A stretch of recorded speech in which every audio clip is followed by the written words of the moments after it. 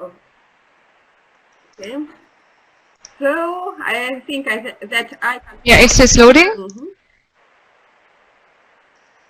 Yes, now you can start. Nina? Firstly, I want to say good evening for everybody, and to say that I'm glad to be here to participate in such activity today with my topic about smart city transport planning in Moscow and case study on public transport, transit hubs, and park and drive facilities. First of all, I want to say some words about my university. In such way, my university and me. So, Moscow State University of Civil Engineering, it is the biggest university in Russia, that in its activity, in its educational and research activities, covers all what is my presentation? Covers all life cycle of construction objects in the city. So urban planning, it is the first stage of this life cycle, and our area of educational activities and our area of research lays in this area. Transport planning, it is of course very important part of this process, because if we will compare every city with the organism, we will understand that transport is their blood. That's why we try our best to develop this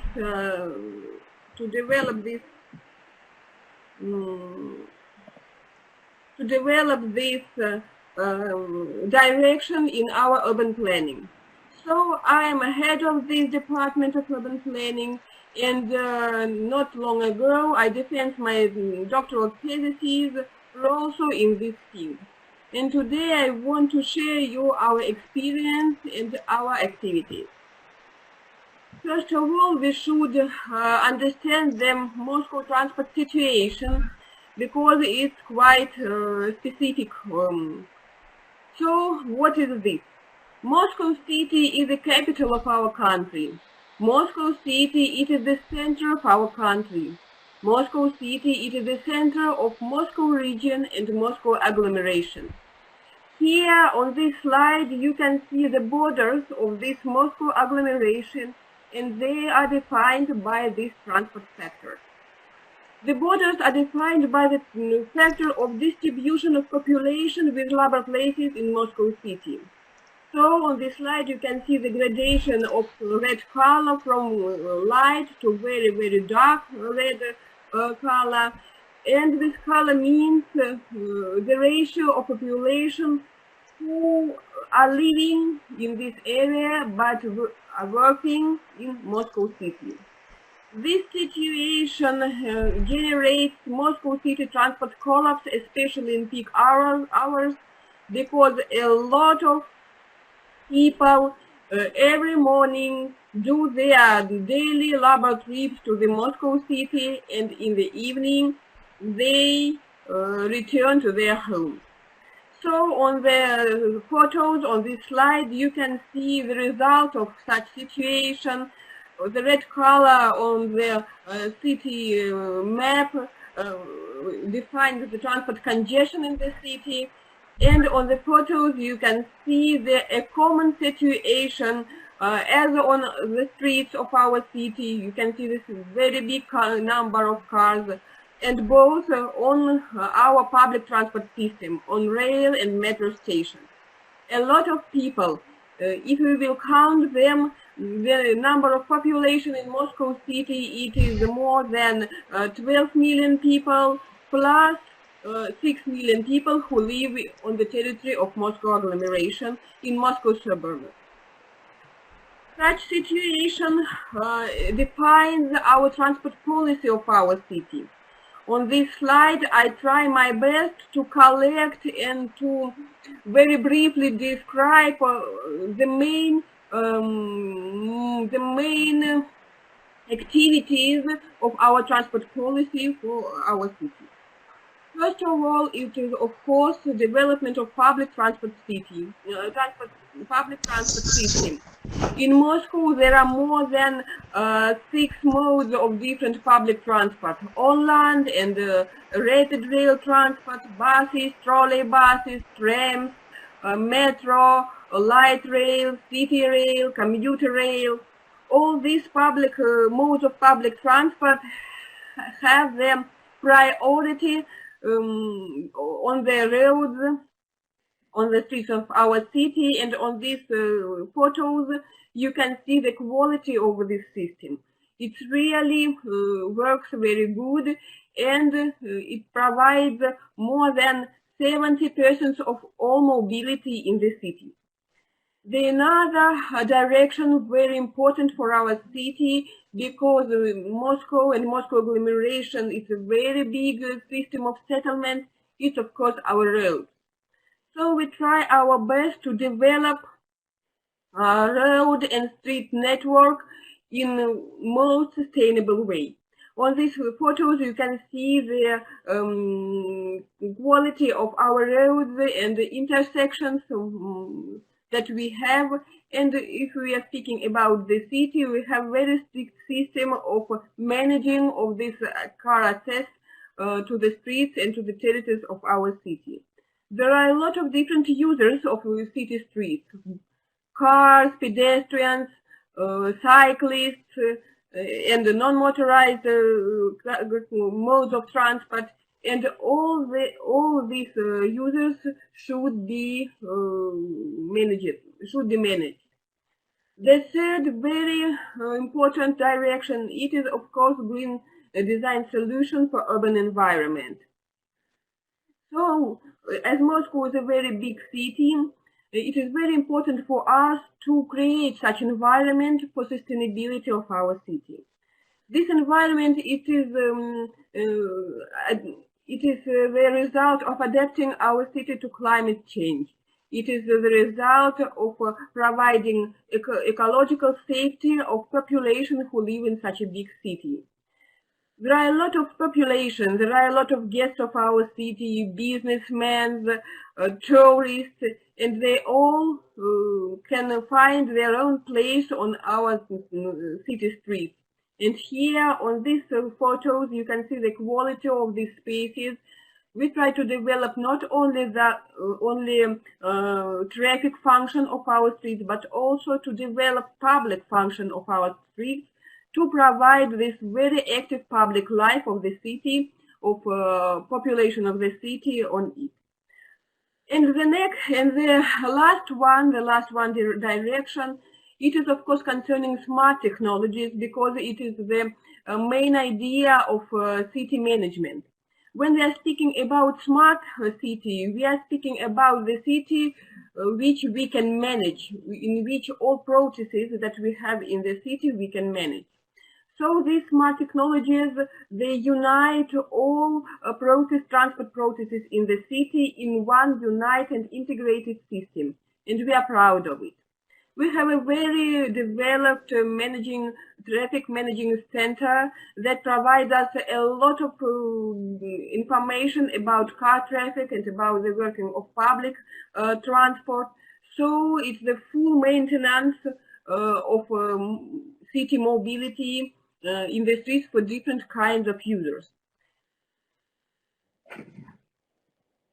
And the focus of my topic, or the focus of my report today, I want to make on the base thing of our city mobility in the city. It is public system of public transport transit hubs and park and ride facilities. Why it is the base? Because for such a big city as Moscow, we have to develop public transportation. So for this, our authorities, and we are proud that we take part in this process, develop the system of public transport transit hubs, where all kinds of different transports are integrated in one system. Park and ride facilities, it is a very important part of this public transport transit hub, because it is the mode that provides the intercepting of car owners and transferring them to the public transport. If we will evaluate the result of such activity, we will understand that we can intercept more than 10% of car mobility in the city and to transfer these people to public transport system. For Moscow, it is a very important thing because it's the straight way how to solve the transport problem in Moscow. The system of park and ride facilities that we develop now on our department consists of more than 100 different kinds of park and ride facilities as regional, city and local ones. And on the photos on this slide, you can see some photos of our public transport transit hubs. They are very new, quite new and very comfortable. And also two photos of these park and ride facilities that our car owners can use, and they do it with great pleasure. This service is very famous between car owners because it really provides their decreasing of time cost for them. Also, if we are speaking about smart city, and Moscow is a smart city, I should say that all this process of intercepting of these car owners and transferring them to the public transport have this maintenance with smart technologies. Our car drivers have this access to mobile apps, and they can plan their trip online using different apps. So it is a very short observation of the topic that I want to present you today. It is very pity that I don't have enough time because there are a lot of different information about that. I should say that sustainable urban mobility, it is quite a big topic for us in our educational area and in the researches. We have a lot of different projects and research projects in which we participate, both in our country and in international projects too. So, but I think that you can contact me, and I will try to my best to answer all questions that you will have to me concerning my topic. Thank you very much.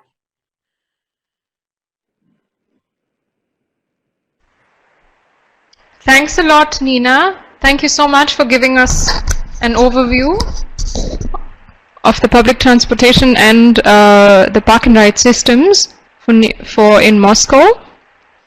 We will move on to the next presentation of Katya Sheshna, and then in the end we will take questions from the audience. I also see that people have already started writing in their questions. Thank you so much. We will pick as many questions as possible in the Q&A round. Thanks. Let's move on to the next presentation.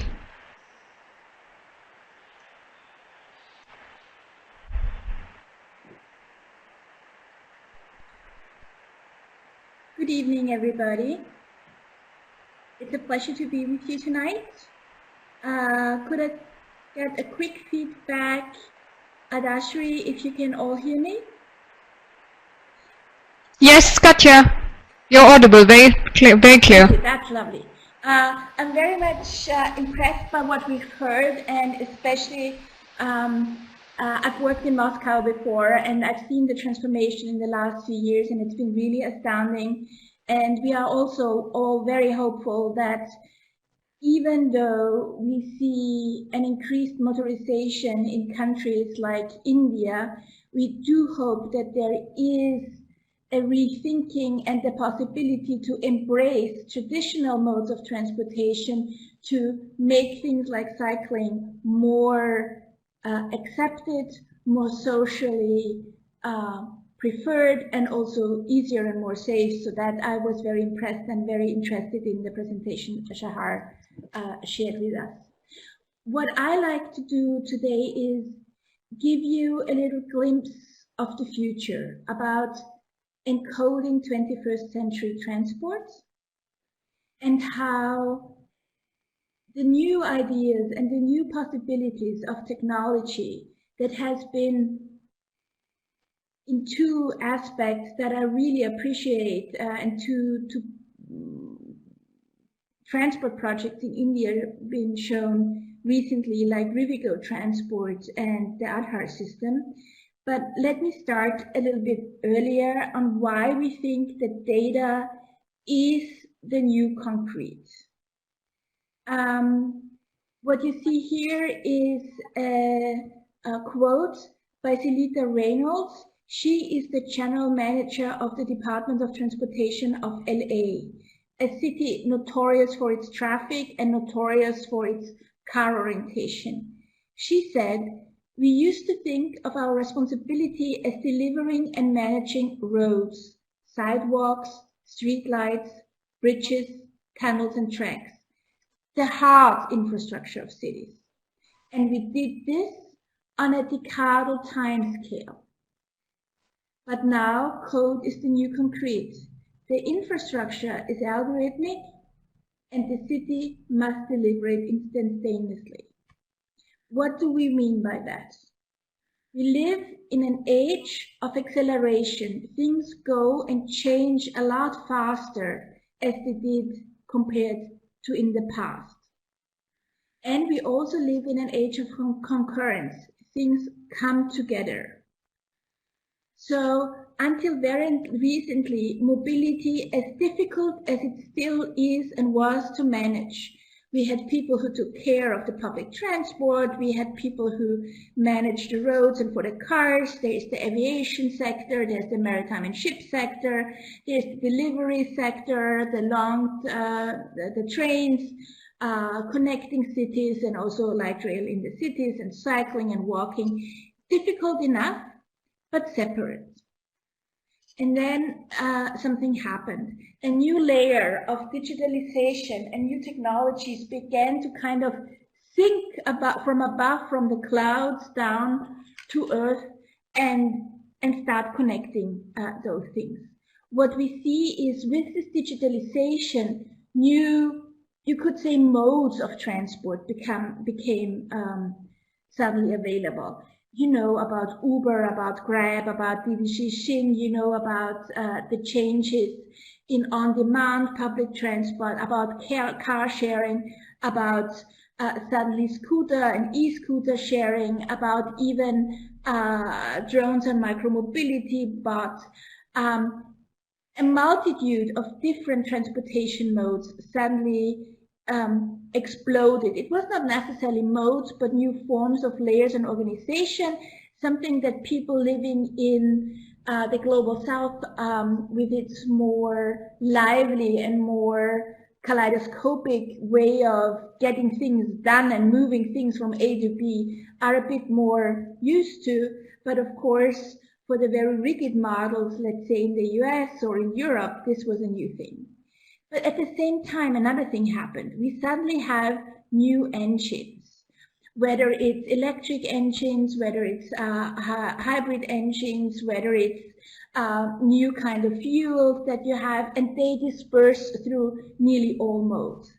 And while we are still kind of figuring out how to build the new infrastructure so that you can charge your electric car or your hybrid car or whatever, another thing happened, and that is automation. I'm pretty sure all of you have heard and are constantly expecting the real automated and self-driving cars and trucks and whatever on the roads. So within less than 20 years, we've had a proliferation of opportunities, of modes, of all these kinds of things. So it is a real new world and a quick acceleration of things that are happening. And while we are still talking about this, the next step is clearly already there. It's the artificial intelligence.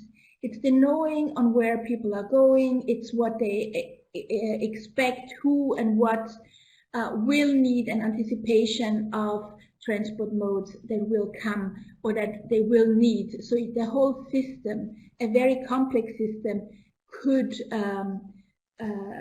react and interweave with each other a lot more.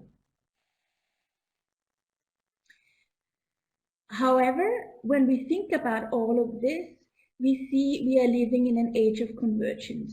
You cannot really distinguish private and public transportation anymore, because what is a shared car? Is it a private good? Is it a public good? Is it part of regulations of the public transportation or not? What about shared bike systems or e-scooters? What kind of technology? The technology that binds them together is basically digitalization and information, and we need to shape this. I hope, and I think many of you have heard about Jan Gehl, who has been really instrumental in wrangling our cities back from the cars and giving public spaces back to people. And one of his famous quotes is that first we shape our cities, but then they shape us. They make our behavior. And what I'm proposing is that we need to be now very careful, because it will be soon that first we write the code and then the code writes us. So the way we make, we design, we implement and use digital systems or the code is of high importance to us. Let me show you an example. When we think about the future of urban mobility, what we can really, and I've done a lot of studies on learning from the global south, we can learn from embracing informality and mixing them with the new technology and algorithms to design and manage streets, or specifically the curbs next to the sidewalks, as flexible, dynamic, and self-adjusting spaces. Take a break, okay? And in your mind, think of a future where the cars were automated, so they were self-driving. If no one had his or her own car, because basically your whole city would be operating on a shared mobility service, whether it's public transportation or whether it's kind of taxi or Uber service, or whether it's a rickshaw that picks you up, okay? And how would that look like? So currently, when you think about cities, you have the road, then you have the curb space, and then you have the sidewalk where things are separated. And at least, unfortunately, in the cities of Europe and the US and in many other cities that I've lived in Asia as well, when it comes to Shanghai or Manila, where I lived for 3 years, we basically use this curb now a lot just for vehicle storage. But what would it be if the curb was a flexible use zone? If, driven by the algorithms, we could use it at different times of day for different kinds of uses that would somehow self-organize, because the machines in the background would negotiate it.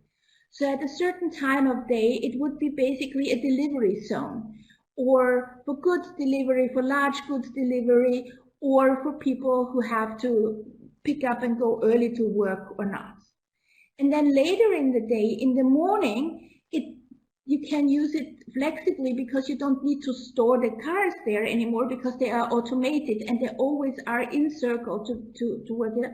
You could have still a little bit of goods delivery, but you could also have a breakfast capacity, and you make stations for high capacity public transportation. Next step. Different time of day, different kind of uses, from food trucks to little automated buses, because at that time of day we know that we don't need like large buses, but maybe at that time of day in this particular city, smaller automated buses can go around. And for those that really need individual services, you still have the ride service, the Uber or the DWIH.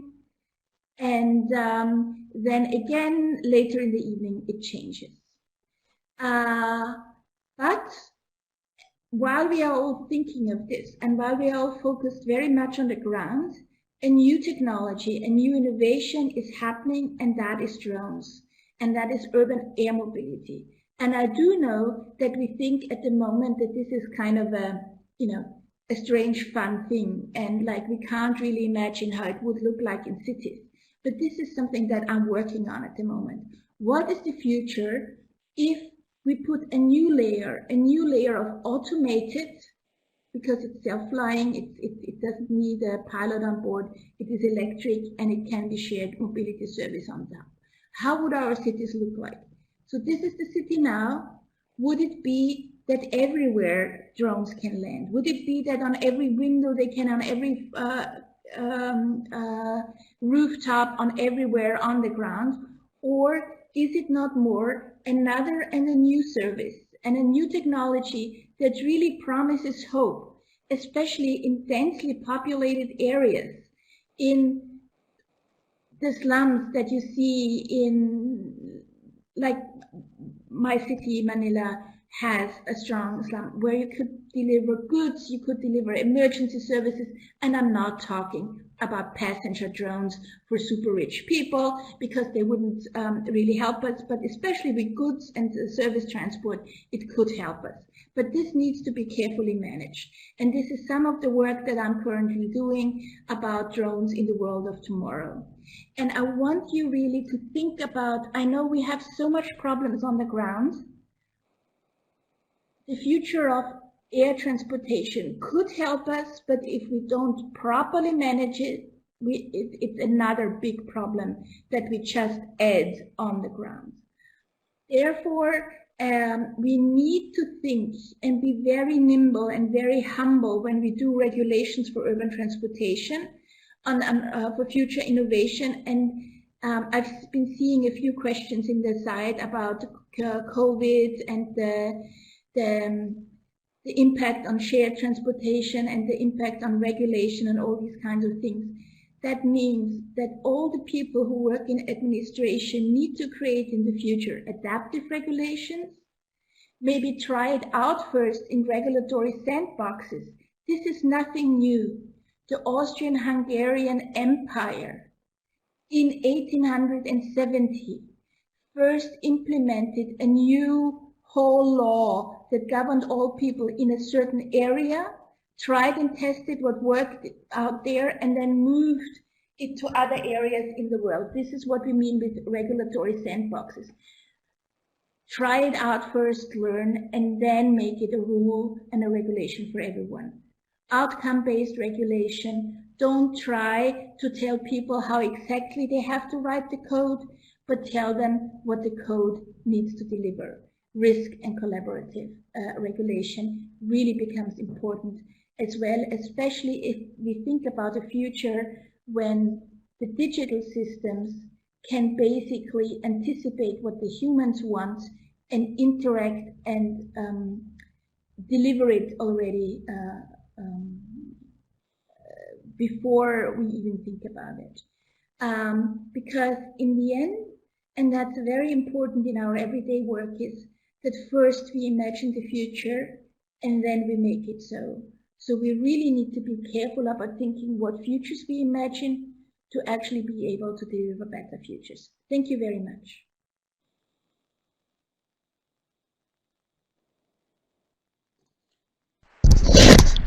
Thanks a lot, Katja. That was a very interesting presentation and really cool ideas and models. I'm sure the audience enjoyed that. We will move to the questions now. So I would ask everyone to join with their cameras one more time, the speakers. And then we can move to the questions.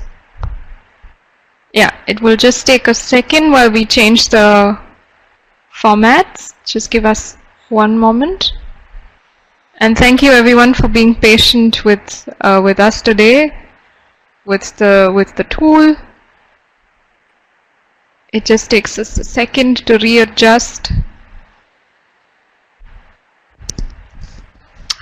And now, as a subject expert, I'm going to ask Sharif to do the panel discussion and take a couple of questions from the audience, and also steer the discussion ahead. Sharif, are you here? Nonetheless, we should go ahead. Yes, I think.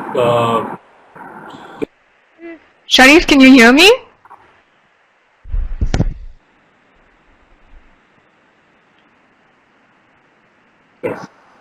Yes. So, Yeah.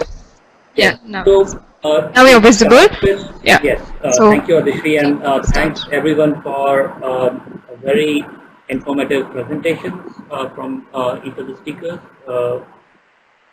Uh, I have, to begin with, I have a few questions for the speakers, and then maybe later on we can take questions from the audience who have mentioned in the chat box. And the first question, which is also which has also come from a large number of audiences, is the impact of COVID that has had on urban mobility in each of the speakers' city or area of research that people that speakers are engaged in. So, if Katya, if you can start first, and then maybe Nina after that, what has been the impact of COVID on urban mobility? Sharif, I'm sorry, I didn't really get the question. It's primarily the impact. Maybe. Can you hear me now?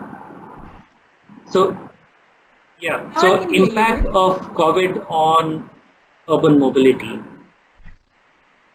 is a larger, yeah. Okay, thank you. Yeah, no, I'm very lucky with this question because the International Transport Forum, we made a COVID brief about how different areas in the world reacted in urban mobility, so how different cities reacted. It's online, it's shareable, and it's just a 10-pager that really tells you the different reactions, the different ways cities reacted in when the public transport had to be kept, but how you managed it. Like how you managed social distancing, how we changed, and in many cities, and you could see this globally, from Bogota to Paris to cities in Vietnam, how the more informal transportation, like how being more walkable and cyclable, like pop-up bike lanes, pop-up pedicab and rickshaw lanes, suddenly exploded so that people could get around without being confined to those spaces. However, as much as we've seen a lot of nimble, very clever things that have been done, I mean, I'm probably sure you have even seen the moto taxis, you know, where you sit on a two-wheeler with a driver and that takes you around Nairobi, or that takes you around cities in Thailand.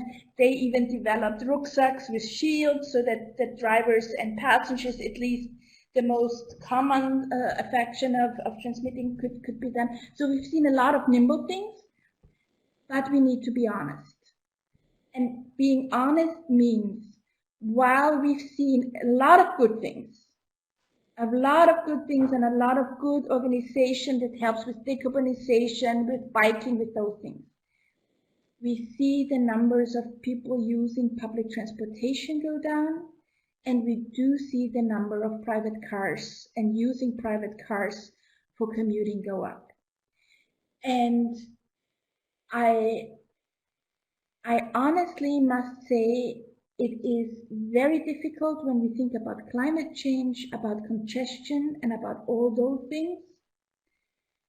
But unless we will find something to either medicate or vaccinate COVID against, it is a reality that public transportation systems will need to live with for a while. And the best way to ameliorate it at the moment is what governments can do, is that those people who can actually work together at home, like we basically do now, work from home.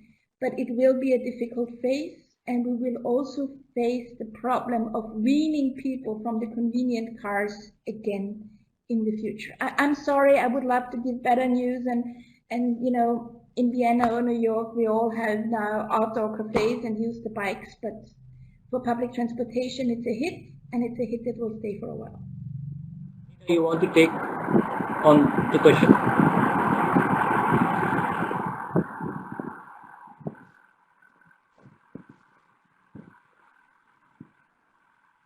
You're on mute if you want. We can't hear you.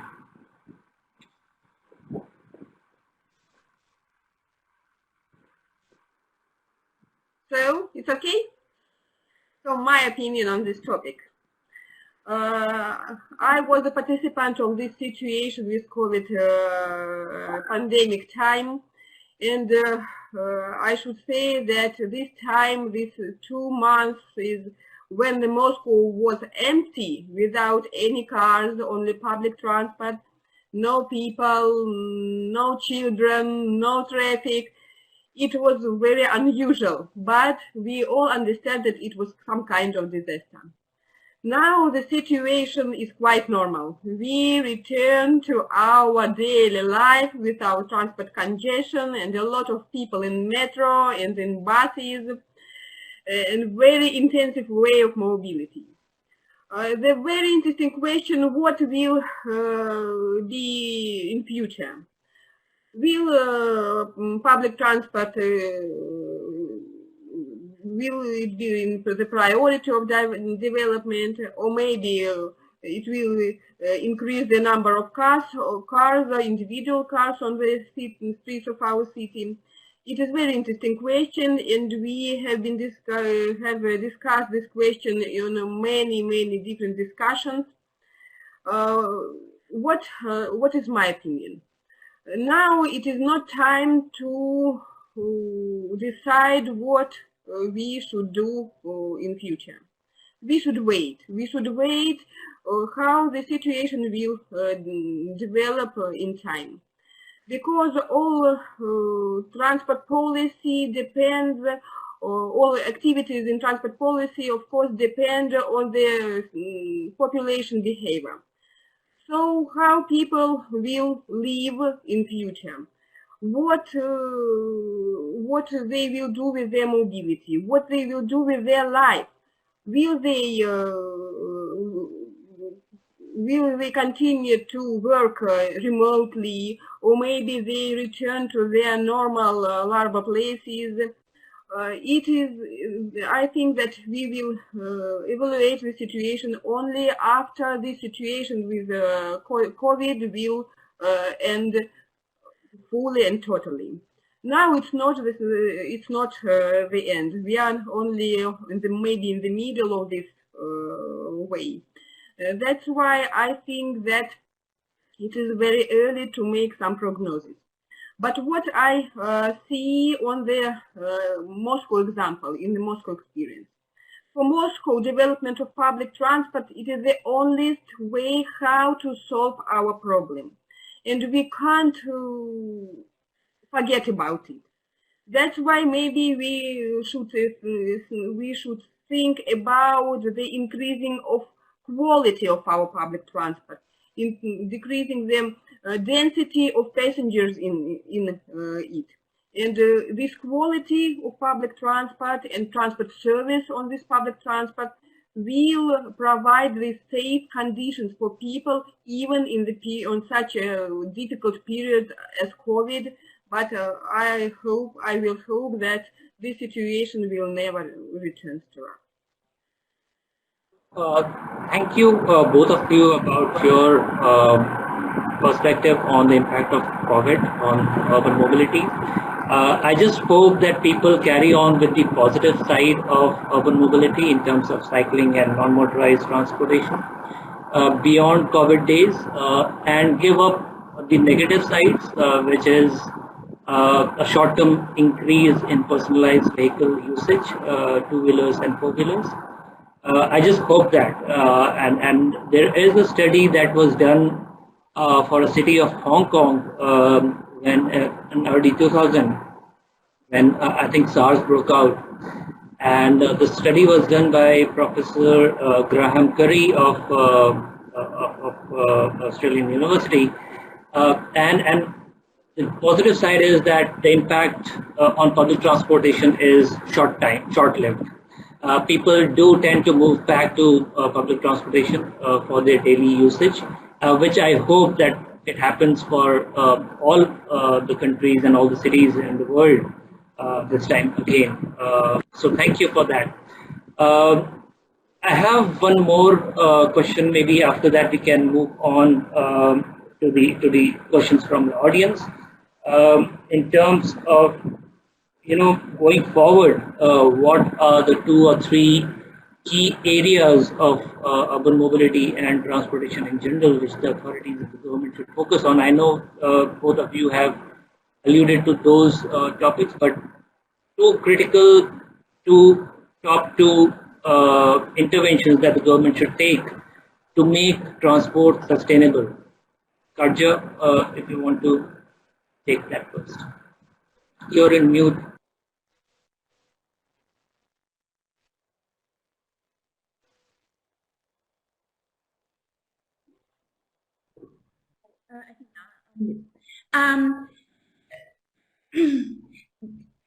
I have 2 answers to this. And one is usually I am sorry, dear city mayor and dear transport, it is not 2 important things you must do. You must understand that for the future, you must get the 120 things or 340 things right. What you are asking me is to give you the 2 most important ingredients for bread, but you forget that you also need an oven and a coal and everything around it and water and a pan to make it and fry it. So there is not 2 most important things that cities can do. The one most important thing that the urban policymakers must understand is that we have a system, a large network, and that we need to carefully balance, invest, and think in all of it. We will not save the world if we invest in underground tunnels or in metros or in CO2 taxation for all private. It's not like 1 thing or 2 things that will help us.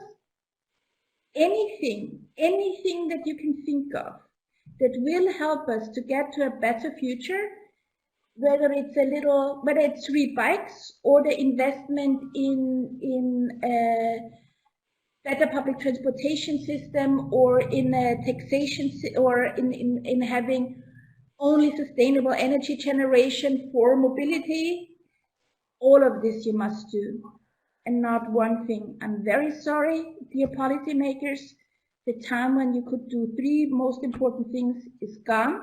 You had this chance. It's 2020, better do everything. And that's true for the public too. We need to ask everyone to do their little thing and all the mayors to do all the little things. Thank you. Your comment on that. I totally agree with the pace at which we are moving in terms of impacting climate and environment. It is not that 1 intervention or 2 interventions that would bring up change. There needs to be a whole bouquet or array of interventions that are required, right from city level perspective to a more state level perspective to a more country level perspective. I'm glad that you have been quite frank about the interventions that are required and the urgency of the same from the government side, because each passing day, the risk of not reversing the change is high. So thank you for that. Nina, you want to take on? I'll probably rephrase the question and then maybe what are the what should the government do? Not maybe in 1 or 2 ways, but what should the government focus on?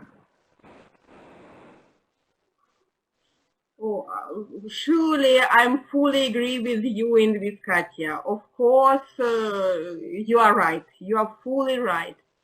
My opinion is the same, but I can focus my attention on this thing that transport planning is only the part of very complex urban development process.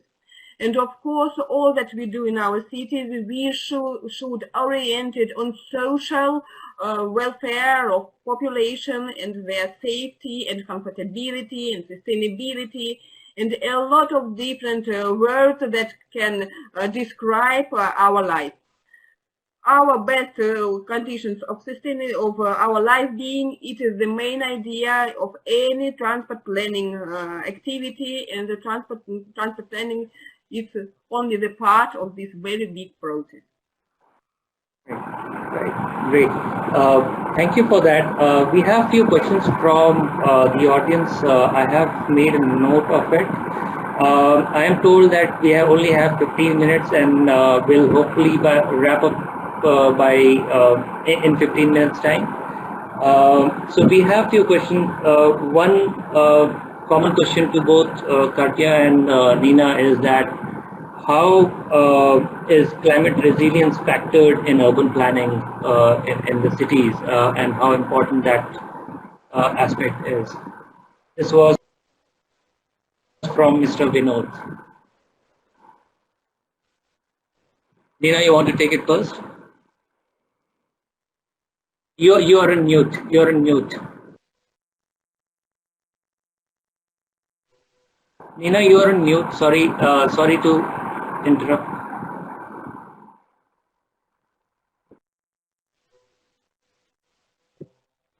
So sorry. Okay. Okay. So when we are speaking about urban resilience, of course, we are speaking about some environmental issues.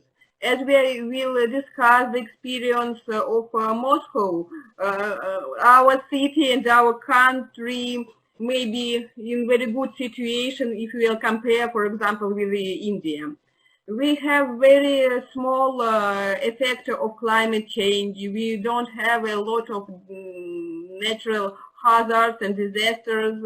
Moscow city, it is one of the most green cities in the world. We have a lot of different greenings and accomplishments in our city.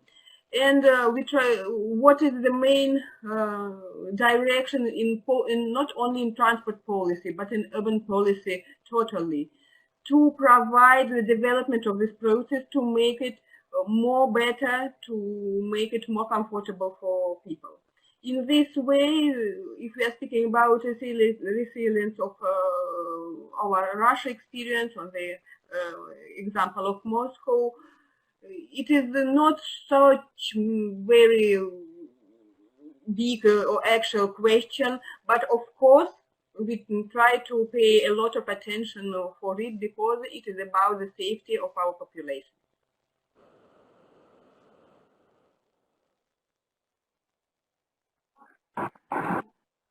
Taju, you want to take it?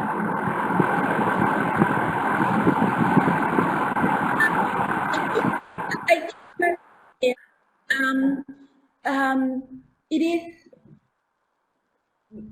for whatever city globally we are thinking of, we must have first an assessment, what are the real risks? So when I've worked in Asia, we had flooding risks. I know you talk about this tomorrow. This is essential. This is important. It recurs all the time. You have to prepare for this. But we need to be careful. I've been involved in the preparation of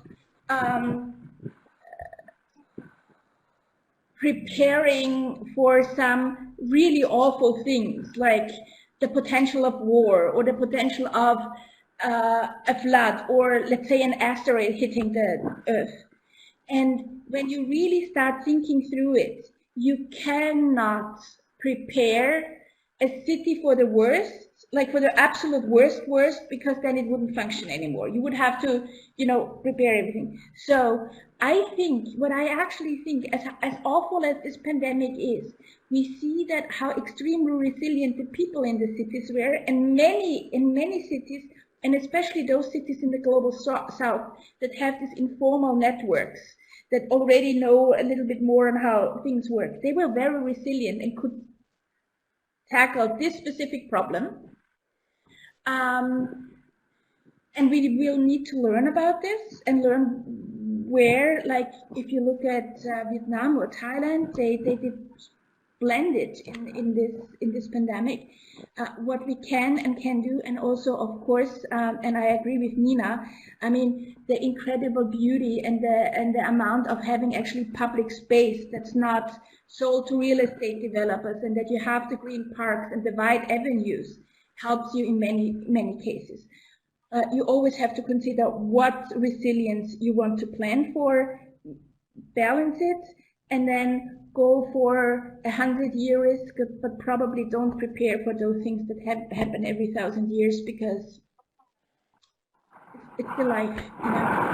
Yep. Thank you. So we have seen, over the last 30 years, in terms of carbon emissions, if we see during the entire human civilization, so we have contributed to the equivalent of that in the past 30 years alone in terms of CO2 emissions. And the frequency of extreme events on account of climate change has increased drastically. This is true for India, this is true for US, this is true for European countries as well, South Asia. You take any part of the world and these extreme events have, the frequency of that has increased drastically.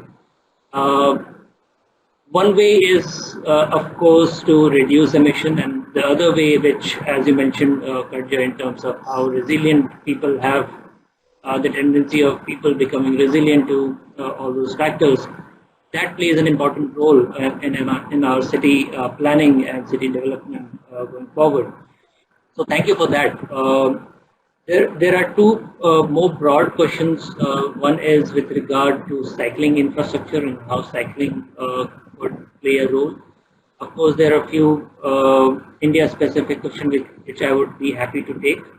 But if there is any interventions in terms of cycling, how and what kind of role does it play, and what the authorities should do in terms of promoting cycling, what are your take on that? Nina, you want to take it first?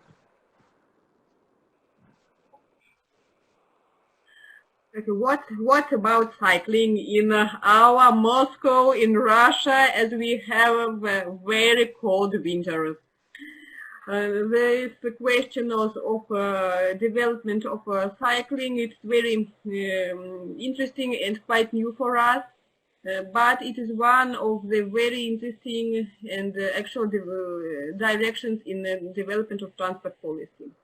Every year, a lot of people try their best to use bicycles not only for recreational aims but also for laboratory trips. And I should mention that on the COVID pandemic period, bicycle was one of the most popular modes of transport.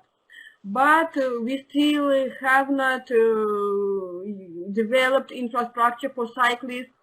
And the problem is that we can use a bicycle only 3 months a year in comfortable way. All another seasons are cold and not uncomfortable to use this. That's why it is very interesting question. But I should mention that cycling in the world, it is one of the most interesting and famous mode of transport, especially in modern conditions. So I think we have only one way to develop such a system. But when we see pictures of India with this cycling in very good weather, when the sun is shining, I have some jealous for you, it's true.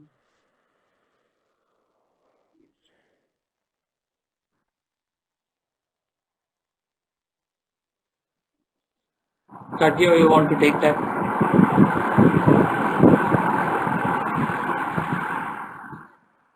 On Moscow is of course true. When we think about cycling, we must always think about the climate or the weather in this specific locality. Everybody knows about Amsterdam. People are cycling there all year, or yes, they have winters too. Yes, it's rainy, but you know, it's also like a compact and smaller city. So it's like, I think people can widen their need of comfort a bit. I mean, like, you can cycle when it's hot, you can cycle when it's raining or so, but of course at a certain point you can't, I mean, cycling in a monsoon is difficult, or cycling in a Moscow winter, and I love winters, is difficult too. So we must think about it, but again, I come back to what I've said before. Even if it helps to have a pop-up cycleway just in summer in Moscow, and it reduce the 4 lanes to 3 lanes, so you have one. It already helps for 4 or 5 months in summer. You know, kind of, we must move away from this one solution to rule them all, the one ring that saves the world, and understand that we have many options and can use that. And if you would allow me, one of the most fantastic things that I will, and really working, we are all working to introduce this, to learn this from the India, Pakistan, Bangladesh areas in the world, is the rickshaw or the pedicab systems, where people pedal, but if you are too old or too tired or too young, or you have to transport, someone paddles you, and ideally maybe with electric support if it becomes too heavy. This is light, nimble vehicles. They are light, they are not like a ton of metal like a car, they are small and nimble. They are much better for the environment, for the climate. It's not cycling yourself, it gets assist, or it's a service, so you always have it when you need it. And I think we must understand, and we should embrace this tradition. And I'm very sorry to also see that this tradition is losing out in India, in many other countries, because it's not considered modern or cool anymore, or things. I think we should value one of those traditional modes of transport and use modern technology and modern ideas to bring it to now, to help us. So maybe cycling and pedicabs, and make it work at least for part of the year. So in India we do face, we see a lot of rain, but believe me, it's quite something to cycle in rain as well. So I do experience it whenever I get a chance to do that. It's quite liberating at times. One last question in terms of list of questions that has been shared by people on the chat box. One common question is the stigma around the use of public transport. People don't use it because they don't want to see themselves using public transport sometimes. So how do we break that? Is there any magic pills around that? So how do we? Karja, you want to take it? It's 25 years ago. I've lived in a student dorm, and we had 2 rooms, and then we always invited a guest from somewhere over. And then this one day, I had this South African guy coming to stay. Just waiting for Karja to respond. Otherwise, Nina, you want to take it? Do you hear Katya, I hear you, and I think that you should end your... Hello, can you hear me? Yes, Sharif? Sharif, can you hear me? Hello. Thank you. So I hear from Ashiri, I'm audible. Okay, so there is this guy from South Africa, and he goes for an internship Please in Austria. go ahead with regard. And yes, I can hear.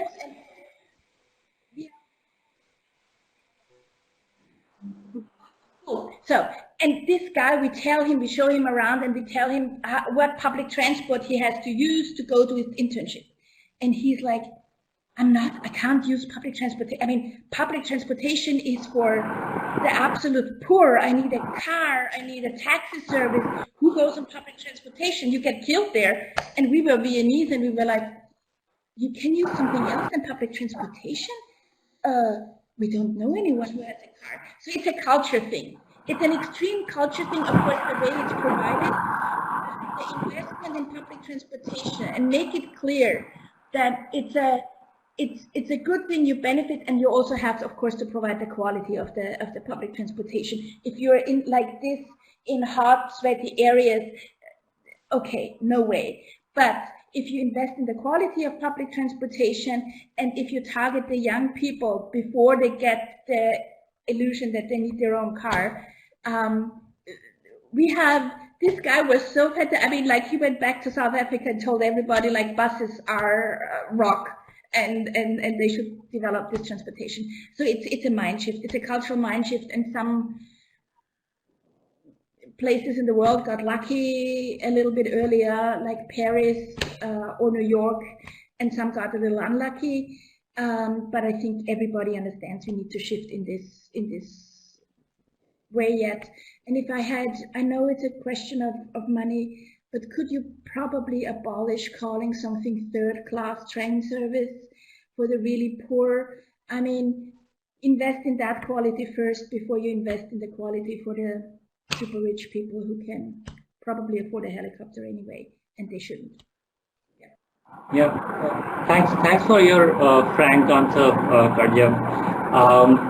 I totally agree in terms of it is a cultural change that we need to bring it on to people, and people should feel that responsibility towards climate and environment. There was one slide on my presentation which mentioned about the bus penetration level per 1,000 people, and there were only 2 countries which had bus penetration of 5 per 1,000. Rest were very low at that level. As they were the lucky ones to have more buses in their system. Nina, only some words, because I fully agree with Katya. As for experience of Moscow, I should say that 70% of all population use public transport as the main mode of their mobility. And I should think that in peak hours it's not very comfortable, because a lot of people, and it is overloaded. But people have to do this because it's the only way how to be in time on their labor places, and it is really important. I think that people don't want to spend 4 or 5 hours in traffic congestions, and if they will have this choice how to make their trip cost to decrease their trip cost, they will do it, even if all modes of public transport are not very comfortable. But if we are speaking about sustainability, and if we are speaking about high quality of our life, this question of increasing the comfortability of public transport will provide all these issues, and it's, of course, I fully agree with Katya in this question. Yeah. I think we are running out of time. One last message to I see a lot of students in the chat, in the audience, and one last message to them would be: don't fall to the urge of purchasing that first car. Use public transport.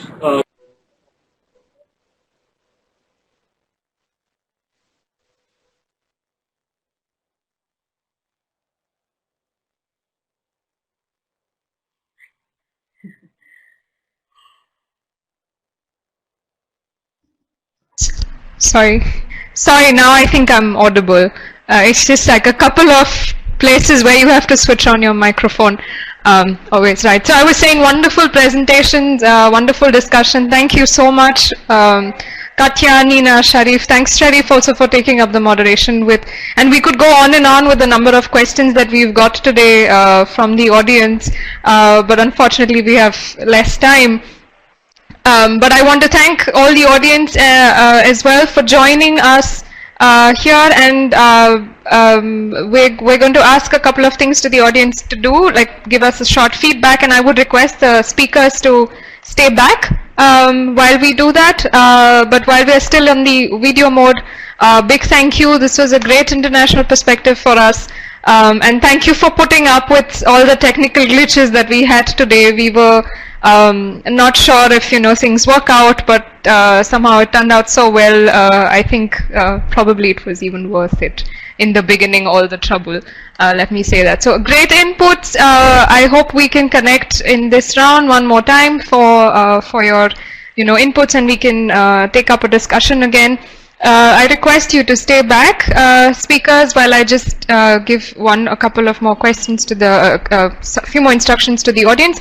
Thank you so much to everyone who's joined in today and stayed back in the end. Thanks a lot for all your questions. I would just request the audience to give us a short feedback before we go, and also that this presentation, like the information that was shared here, the links and also the web talk will be made available for you later on in a few days. It will also be on our website for you to reference, and you can look up the work of all the speakers that we had. So I'm going to move to the feedback slide right now. I request all the participants to give us a short feedback, which also has a question on, what could be like the next steps if people want to take up a cooperation, what could be the areas there.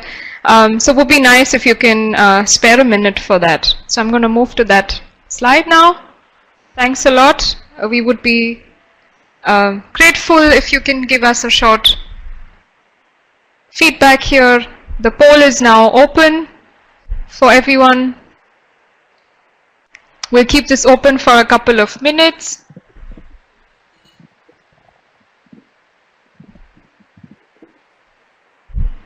I hope you are able to access it. I hope the participants are able to access the feedback. Yeah, now I think the poll is open. Could you please give us a short feedback on this session? Let us know if you liked it. If there's anything else we can do here, please give us your feedback on, what could be the possible areas of cooperation for international research on this topic in the future.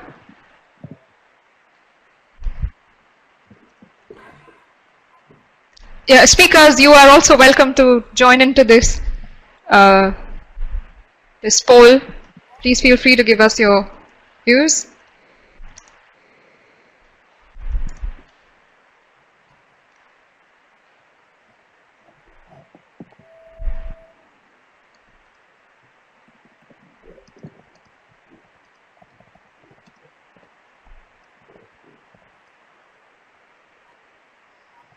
We'll keep this open for another about 30 seconds.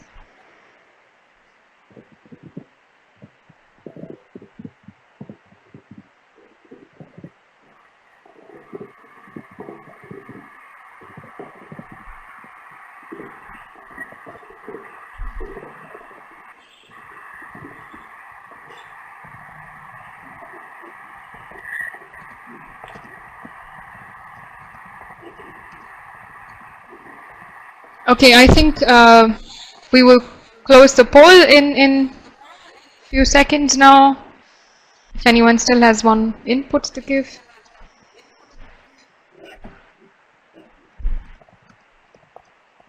All right, thank you so much for your feedback. All the participants, thanks a lot once again for joining us. The chat window will be open for a couple of more minutes in case you have any comments or feedback you want to leave for us. Some of the files will be available here if they are not already. Please feel free to join us for the next days while we discuss urban flooding and pollution as a part of our Cities and Climate web talk series. The chat window will be open for another 2 to 3 minutes,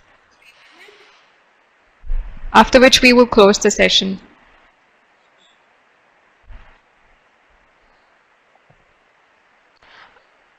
I'm not sure if our colleagues from the other DWIHs are still around, but if you are still around, thank you so much for your support in organizing this web talk and getting perspectives from your own countries. I'm very glad that this worked out for all of us and we could have such interesting discussions.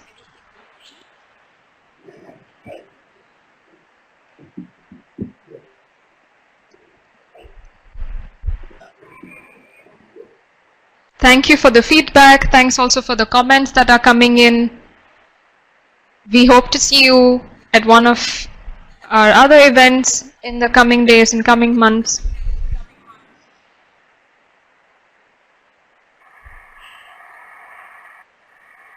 We will close the session soon.